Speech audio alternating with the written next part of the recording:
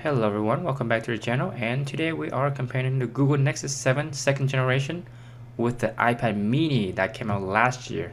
And we know the iPad mini came out quite a long time, but the price has not been significantly dropped. Let's see if the Google Nexus can hold up to this iPad mini. Alright, so just to be fair, both tablets are put in the same setting condition, which means brightness are up, volumes are up, and they are under the same Wi-Fi condition. First of all, let's take a look at the sizes of these tablets. You can see that the iPad mini is a lot wider than the Nexus 7 because of the iPad mini has a 7.9 inches of display and the Nexus 7 is only have 7 inches display.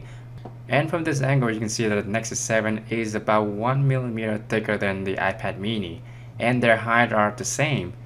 Talking about the weight, it's not really noticeable that I can see. Alright, let's talk about the build quality. You can see that the new Nexus 7 back cover has been replaced with a soft touch plastic. It's no longer leather, as you can see, but it's a beautiful design anyway. Very sleek, black on black. On the other hand, you can see that the iPad mini has a much better build quality with very nice trim and the aluminum build. And as we know that the physical home button has been around ever since the very first iPhone was released, and this iPad mini is not an exception. And other external features such as the 1.2 front-face camera, the 5 megapixel rear camera with other headphone jacks and volume control can be easily located on the body. On this side, the Nexus 7 comes with a beautiful top glass cover, and you can easily locate the 1.2 front-face camera on the top right corner. On the back, there's an additional third speaker on the top panel, and the 5 megapixel rear camera with a headphone jack can be located right around the corner. On the bottom, there's 2 speakers on both sides and the mini USB port right in between.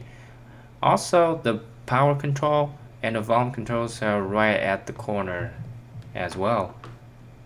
Compared to the previous Nexus, then this new Nexus 7 looks very sleek, it looks slimmer and more appealing. And in addition, this Nexus 7 not only outweighs the iPad mini with a higher display resolution, but it also outweighs the iPad mini with a 1.5 GHz Snapdragon quad core and 2 GB of RAM with NFC and wireless charging support. Wow! And therefore, the Nexus 7 really produces truly vivid images compared to the iPad mini. Now let's talk about the user interface. Now, the Nexus 7 is an Android tablet, which means that it comes with the front pages that allows the user to add, move, and customize their apps and widgets, whatever they want, name them. Also, with the Nexus 7, the widgets can be dragged to the front pages, and that makes them look very appealing, very big, bright, and allow the user to have a quicker access to the information right away. On the other side, the iPad mini comes with a friendly application pages, and pretty much you cannot do a lot with it, and that's why when it comes to multitasking or customization for my personal reference, then I do prefer the Nexus 7s over the iPad mini. But hopefully the iOS 7 comes out, will do something about that, and I do have videos about that if you want to check it out later. Now, to me and other users out there, multitasking is very important. That's why the Nexus 7 comes with a dedicated notification bar for emails and general notification, plus with another notification bar for other devices settings. And the iPad mini has only one notification bar for emails and general purposes. So again, that I mentioned earlier, that the widgets can be dragged out into the front pages, and you can move them, add them, delete them, and play with them as much as you want. One thing to keep in mind that the Android is part of the Google. That's why some of the applications perform better on the Android tablet, such as this Nexus 7. And you can see that now the Google Map on the iPad minis are kind of struggling to catch up with the loading and other features of the application. But on this side, the Nexus 7 performs very smooth and dynamic. Is awesome. It just snap quick, and the Google Earth is built in with the Google Map application as well. Again, it's just something to keep in mind. Hopefully the iOS 7 again will fix some of these problems. Other than that, these two tablets' performance are very responsive, including the touchscreen. They are pretty much identical, so you're not going to be worried about that. So one of the interesting facts I found that the Nexus 7 and the iPad mini share some common in terms of cameras, because they both have the 5 megapixel rear camera with HD video recording, and take very good quality pictures as well. And they also have the 1.2 front face camera for video chatting, self-taking pictures, and other purposes. But in addition, the Nexus 7 has more settings that you can choose from, such as the the exposure. And this is very important because in low light setting, then this plays a key role, and I use that a lot as well. And also it comes with different modes. But again, like I say, picture qualities are the same. So talking about the online streaming such as YouTube, then the Android tablets in general, including this Nexus 7, has bigger content displays and layout, and so that it just look more appealing and more pop-up to the user. And the iPad mini has a smaller content display, you can see. But in the same Wi-Fi setting condition, I find that the Nexus 7 load the video faster than the iPad mini. I think that's because of the quad-core and versus the dual-core between the two tablets. So it makes sense. The faster processor, the faster things are being processed. Plus, with the higher screen resolution, then the Nexus 7 offer a better streaming experience compared to iPad mini. One of the biggest complaints with Android tablets is that when it comes to typing, then the Apple iPads is more responsive. Yeah, but that was way back. But now everything performs very responsively in the same way, and they both support the voice command. Hello? Hello?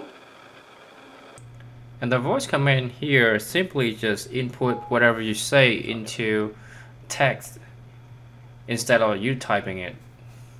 Moreover, the iPad mini comes with a series, Swap Meet. And this feature is very exclusive to iPad mini and other iPads because it's communicate with the user in a very interactive way. And the Google voice search from the Nexus 7 perform in pretty much the same way, but doesn't talk back to you. Talking about the exclusive features, the Nexus 7 allows the user to set up or open another profile for additional user in a restricted way. That means you can add another restricted profile for additional user, and in this one you can selectively choose which application you can allow that additional user to access. And this requires a password setup from a primary user of this device. That way it gives the primary user more privacy protection. So once everything's set up, you can access that restricted profile right from the lock screen, and you have to enter the password that was previously set up by the primary user. Also, very similar to the Galaxy Note 8.0, the Nexus 7 allows the user to launch the widgets and the application right from the lock screen, and you can add more widgets that you want to launch from the lock screen as well. The iPad mini, on the other hand, you have to get through the lock screen, and you can launch the apps later. Nowadays, a lot of people buy tablets for entertainment purposes, and gaming on tablet has become bigger and bigger, and it requires a lot more from tablets. With only a dual-core 1 GHz and 512 MB of RAM, that the iPad mini is really suitable for low-end to mid-range gaming. On the other side, the Nexus 7 really kicks out with a Snapdragon quad-core 1.5 GHz and 2 GB of RAM with 3 speakers. It really gives the gaming experience to the next level. Not to mention the extreme HD display with a 323 ppi, then this whole experience is unspeakable. Alright, well, let's stop. Final conclusion. I will leave that up to you because it all comes down to your personal reference, and it is your money to choose the best tablet that fits you the most, right? But to keep in mind that they both start with a 16 gigs internal memory Wi-Fi version with optional LTE version available, but they do not support external memory card for memory extension.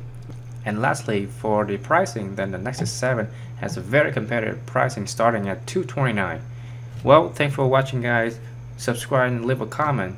I'll see you guys in my next video.